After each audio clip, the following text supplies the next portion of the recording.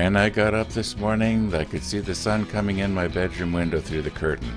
And I pulled the curtain back, and it was a gorgeous sunrise. I thought, I should really do a time lapse of this. Unfortunately, I don't have the time to do the time lapse. What you're looking at right now is a shot that I took about 4 years ago looking out my backyard. And this morning it was pretty much the same. The only difference is it wasn't in time lapse. Anyway, you know the old saying, red skies in the morning, sailors take warning. I don't know if you can hear it in the background right now, but the thunders are rumbling. However, let's not let this bad weather dampen our spirits here, because when I opened up my email, I got some good news. And I don't know why I didn't notice this before myself, but you know what? Those little aircraft might be fairly easy to modify. I was thinking that the float struts came up underneath the wing, but you know what? They come up underneath the fuselage. Now, I should have picked up on that, because I grew up around float planes. As long as I can remember, my dad was a pilot, and he flew float planes, little ones, just like that. Well, not quite like that. Anyway, maybe I can show you some pictures.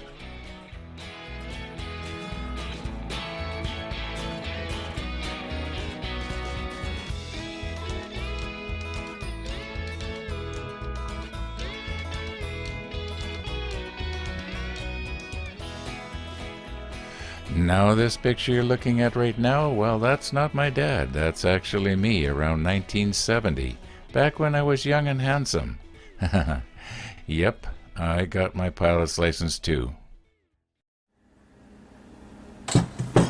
Well, this email changes everything. Yeah, I'm really glad that I didn't glue the doors onto this side. By the way, Andy, thanks for the email. Anyway, I'm kind of anxious now to, I figured, by today we probably have the rest of this hangar done. All we had to do was just glue some pieces on. Well, I guess that's not true, because I got to paint all these little pieces yet, so it wouldn't be done. But anyway,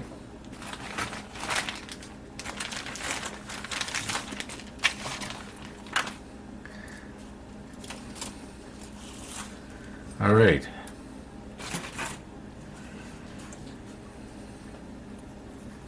Let's actually carefully put one of these together in such a way that we can not glue it together, if you know what I mean. Just want to see how it's going to look here.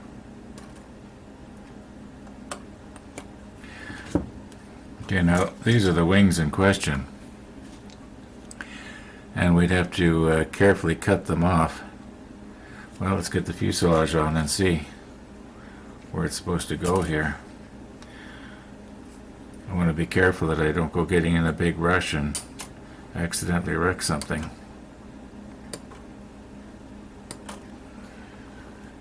Okay. Oh, where's the other? Oh, I'm holding on to it. I was going to say, where's the rest of the fuselage? And I had it in my hand. Okay. So I would say, offhand, that's the rudder, so this is the top, and this is the bottom. Okay, so it's going to go something like this. Hope I'm holding it so you can see it there.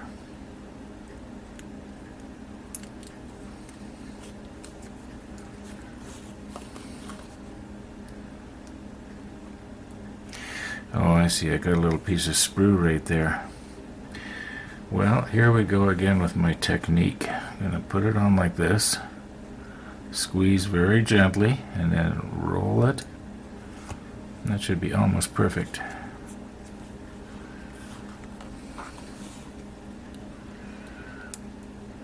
Okay, now it fits good. Okay. Yeah.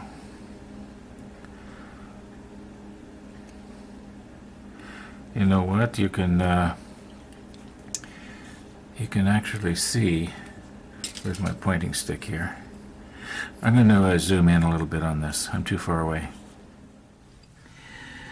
Okay, I'm going to try, and with my compulsive poking here not to move this around. But you can see the pegs here that line up with the holes on the bottom of the fuselage. And then just off to each side there's a line. Now I believe that is supposed to be the line where, that depicts where the wings actually folded or broke apart. Yeah. So I would assume that the best place to cut would be right along that line. Do you notice that they've even molded where the little lights would be out on the tip of the wing there? I never really thought of aircraft built in the 30s that would have lights on the wings, but I guess they did. I can well imagine he's not going to turn them on when he's flying over enemy country. And then these here on the front, would that represent, is that supposed to be like a machine gun or something? Or would that be like the pitot tube for the airspeed? But I don't think so. It's too big for that. So maybe it did have a machine gun. Yeah, because right behind it you can notice a couple of little bumps here. It's probably parts of the machine gun. I'm just guessing, I don't know.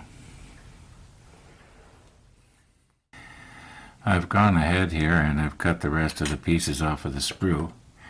And I left the numbers attached so that if later on there are, things that could be easily mixed up, it'll just help to keep them a little bit unmixed up.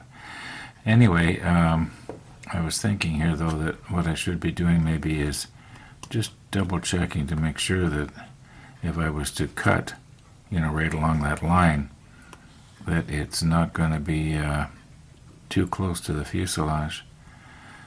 And I want to just check that picture again that we were looking at earlier. That looks like about it. I'll zoom in again. Okay, you can see that the pegs are up through the holes. And so in other words, the fuselage is centered. Move it a little bit here. Yeah, it looks like if we cut on that line. Swing it around, see what it looks like on the other side here.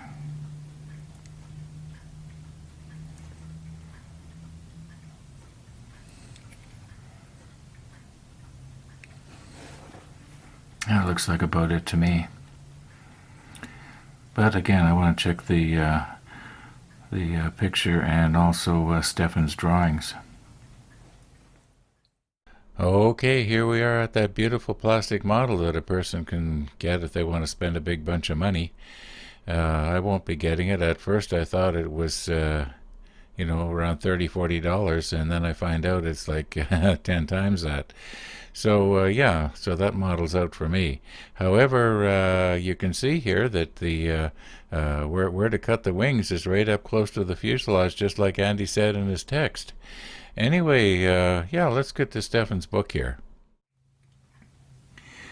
Now here we are back to Stefan's drawing, and you can see here from the drawing that where the break was right close to the fuselage, just like that line is. Makes sense. But one thing that I didn't pick up on before was that the flap has to be folded up in such a way that the wing doesn't hinge at the very trailing edge of it. It hinges about, looks like about 2/3 of the way back in the cord. And I would say that possibly not only do we have to cut it on the line, but somehow we have to, I don't know, if we want to make it realistic, we also have to cut it at a bit of an angle at the trailing edge and do something with the flap there. Now there is another picture. Let's see if we can figure out something better from that. Offhand, I'd say this drawing is pretty much the same. Anyway, you can see where the flap over here is folded back or folded up on top of the wing. Yeah, that's going to make it a little more difficult, but here's another drawing.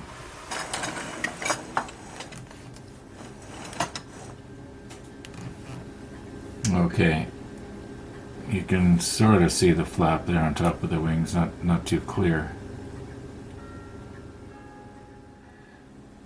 Okay, here we are at the very beginning of the aircraft section. I should have started there, I guess.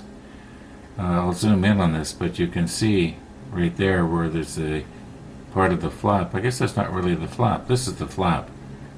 And this part here is the aileron. So I thought the whole flap, flipped up on top of the wing here. I'll move in on this.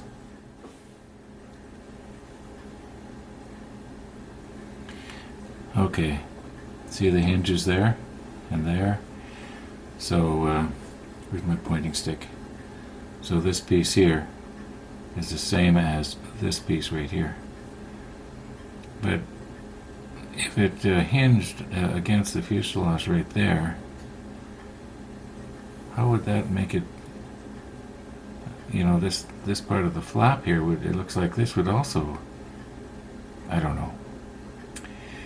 You know what, only the nose is going to be sticking out of the hangar. If we botch this area up here, it's not going to be a big deal. I don't think anybody's going to see it. We're sort of sacrificing this particular plane so that it can have the nose sticking out of the hangar door. And I don't think people are going to be looking that far back in. Okay, here we go.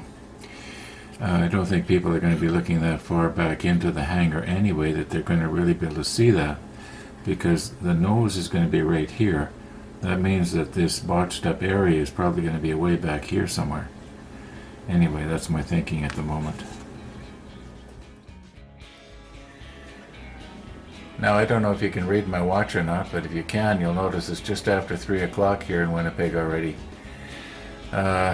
Yeah, 6-8 hours has passed already, and I just can't believe that half the day is gone already.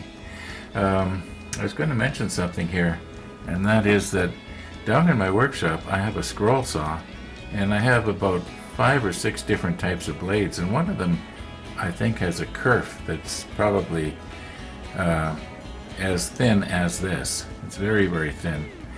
The problem is with the scroll saw, it's very difficult to make a straight line. It wants to, so that's probably out. So we're going to have to use this, but you know what? It's going to have to be in tomorrow's episode. It's getting pretty late here, and if I don't hurry up and get this uploaded to YouTube, it's not going to be, ready for when people are used to seeing it. So thanks for watching. Oh, and by the way, outside, if you're looking, it's the streets are drying up. Maybe the sun will be shining tomorrow. Wouldn't that be nice? Mind you, we need the rain too. Anyway, thanks for watching, and we'll see you tomorrow.